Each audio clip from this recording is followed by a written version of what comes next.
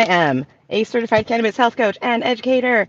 And on my channel, we mostly talk about living a cannabis lifestyle. Welcome. So glad you're here. I'm super duper late. Sometimes I try to do this at noon. Sometimes I try to do this at 1. Thanks for joining me. Today we're going to do a little haul share of my stop at the metaphysical bookstore in my town. It's called Universal Connection. This is some of what I bought. Do you guys like incense? I sure do. And if you like purification, it's a good thing. It's a really good thing. If it wasn't my car, maybe we should we should light this up. And here we are. It's 30 days of live sesh. This is day 17, I believe. Although, to be honest, I really need to go back into my YouTube and count them and be like, which day is it? Are we on 16, 7? I hope. Anyway, the numbers don't matter. What is that one show? The improvisation show. The points don't matter, and the and whatever they don't. The points don't matter, and everybody wins. Something like that. All right, so let's get a little bit of a sesh on. I've got the venti with me as per the usual. I've got my Rep Your State of Mind on. This is the Love tie-dye hoodie sweatshirt with the Rep Your State of Mind embroidery on the sleeve and the beautiful rainbow leaf love. This color is called Berry. It is a premium champion hoodie that is so warm and it's heavy. It's heavy. My friends has it too in black. Comes in black, berry, and blue. Go get yours now at repyourstateofmind.com. Oh, look, we're green.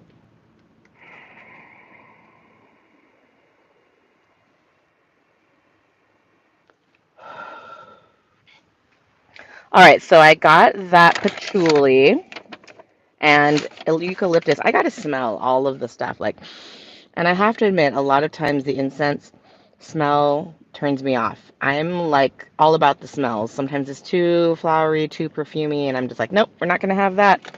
But what's funny is whenever I go to somebody else's house and they have incense going, I almost always love it. So I'm wondering, maybe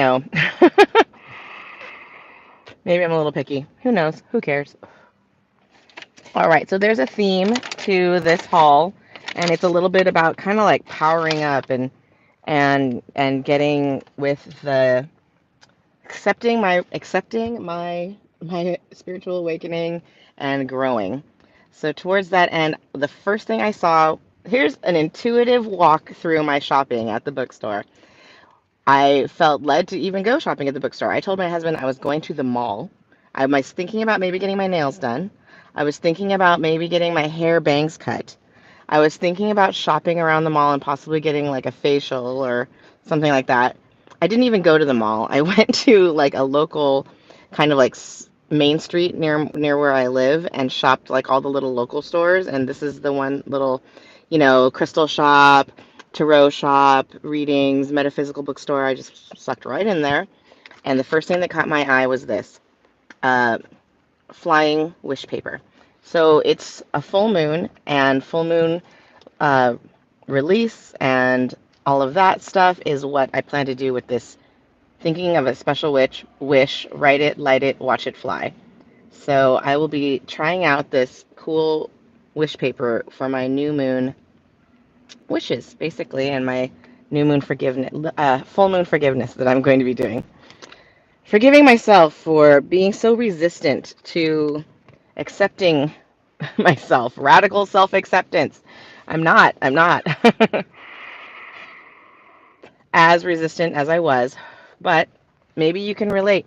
Maybe you too kind of resist all these pulls to use your intuition, to be in your feelings, to let go of a little bit of control of, your life when you're, I have worked a lot of jobs. I'm almost 50 years old, and I'm just saying that, I like to be in control. If you're a Cancer, maybe you know what I'm talking about. Cancers like to be in control, especially Cancer moms. We have one in our group that was talking about this recently. And surrendering, letting yourself happen, like we talked about yesterday. Accepting, that it's not always your logical mind. It's not always that part of you that should be in charge. A lot of times we are ignoring our instincts, the wisdom of our bodies. If you've ever been trying to work on your intuition, most of us are very, very very, very like resistant to moving through the world as instinctive creatures, which is our birthright when you think about it. If you've listened to the Mel Robbins podcast and you've heard her interview with, I think, Kim Russell, the Happy Medium, on YouTube, then if you haven't, go check it out and you'll understand more about what I'm talking about right now. It's that we're all very intuitive, that we're all magical, that we're all unlocking our healing powers. It's stuff I also believe we're all miracles. And that if you have, strong intuition and you're finding yourself drawn to things like tarot, like like spiritual development, you're having an awakening, that kind of thing. It's rampant in the world right now because all of us are developing. And let me just say, I think cannabis has a huge part of it because cannabis will always help you develop your spirituality because cannabis is here to make you better. And what's better than being a full, whole person who's, in touch with your spiritual energy? Let's pull a card from my brand new deck, Dreams of Gaia Tarot.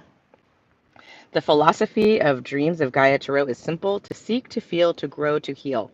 This deck will strengthen your connection to your divine self. That's what I'm working on right now, whilst helping you to identify and heal past experiences that hold you back from living to your fullest potential. Learn to recognize when times of growth and change are approaching and face them with confidence and a sense of anticipation. This is everything I'm looking for right now. I'm looking to face, you know, the things that challenge me, which right now aren't like money.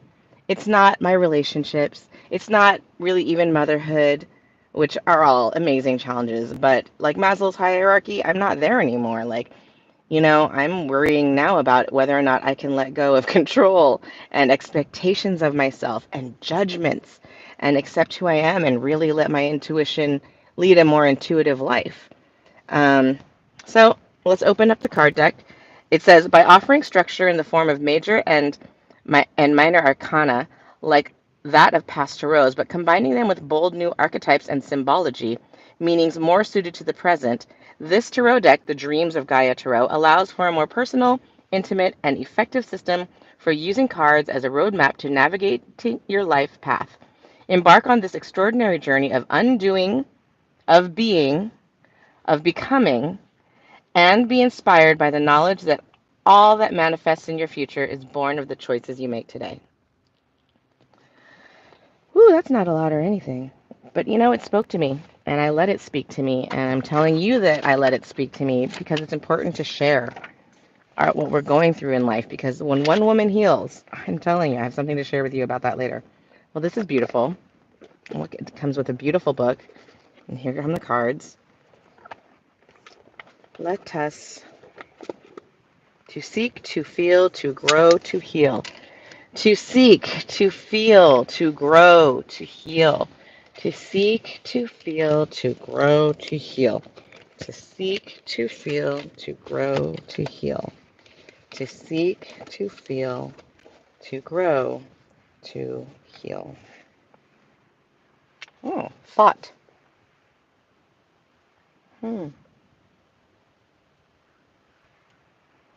Let's have a look. So I was just at a weekend meeting where the speaker was Mel Robbins, Magic Mel.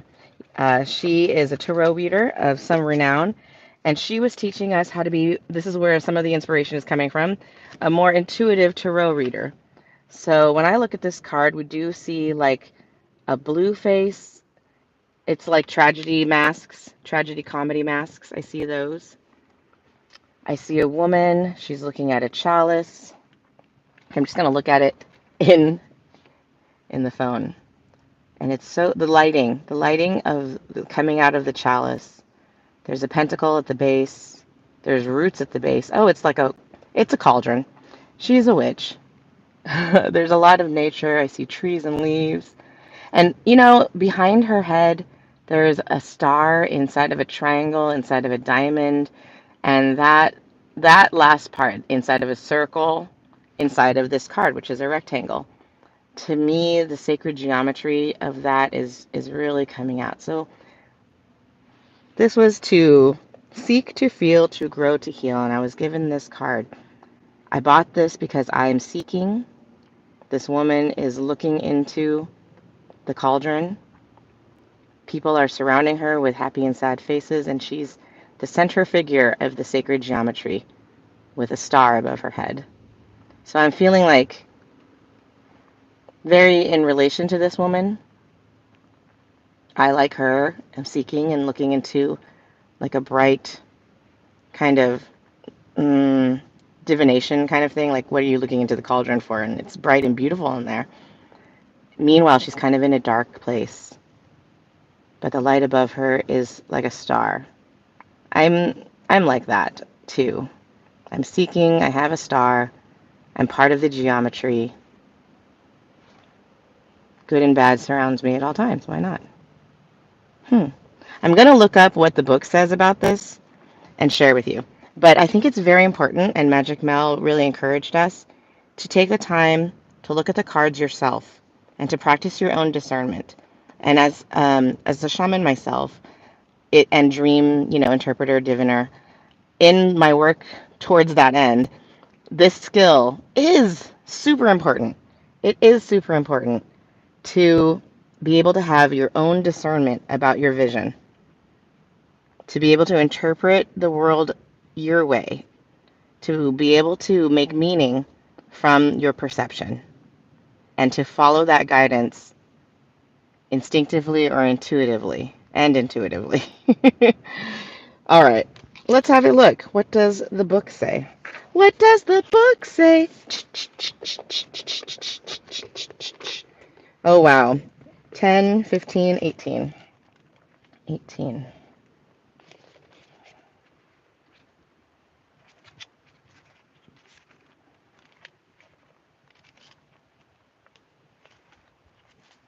Ten, 15, 18. Oh, it's very long. We're not going to read it. I'll look at it later. Okay, what else have I got in here? Another book. Love books. Such a Hermione. Clear away negative energies. Purify mind, body, and spirit with sacred smoke. Right? Speaking of which, how could I let this go so long? It's a good thing I have a venti and I know how to use it, because sometimes I do let it just turn off, and that's terrible. All right, this is a book about learning how to better your purification and your cleansing practices with sacred smoke. How could I not want that book? Dun dun dun. I got Rise, Sister Rise by Rebecca Campbell. Rise for you, rise for me. When you rise first, you rise for she. I'm in a group, and I'm in the world, and I'm helping people.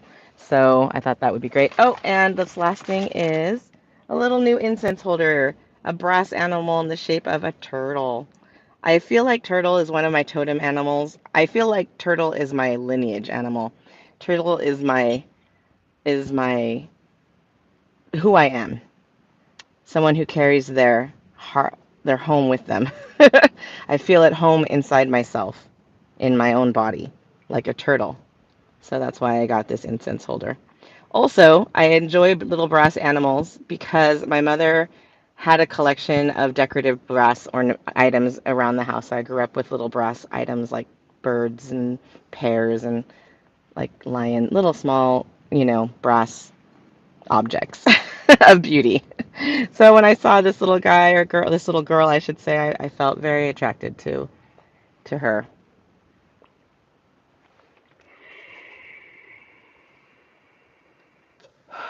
So that's my haul today. We have the Let It Go flying wish paper that I'll burn later with my new moon, with my full moon forgiveness, letting go things. We have my Rise, Sister Rise, Rebecca Campbell book that I will read. We have Sacred Smoke, the Purification Rituals book, and um, my new tarot deck, Dreams of Gaia, from which we pulled card 18, Thought, which I felt just reflected the whole situation, and my cute new turtle incense holder, which I chose because me being made of brass reminded me of home trinkets, and being a turtle reminded me of myself, in that I feel like turtle is my self in the spirit world. In Moana, when the grandmother turns into a playful stingray, manta ray, and returns to the ocean like upon her death. This is me, guys. This is who I'll be turning into in my time. So I'll see you there. If you like Crush from Nemo, I'll see you there. Thanks for joining me today. I appreciate you. I wish you all the best and the best of luck in your own spiritual journeys. And I hope cannabis is a part of it because it will certainly make it a lot easier. This is what we're here to do, folks. I know it feels like it's about money and survival and all that, but this is the real work. I'm so glad that you stopped by. Thank you so much again for joining me. Mwah! Bye. See you tomorrow.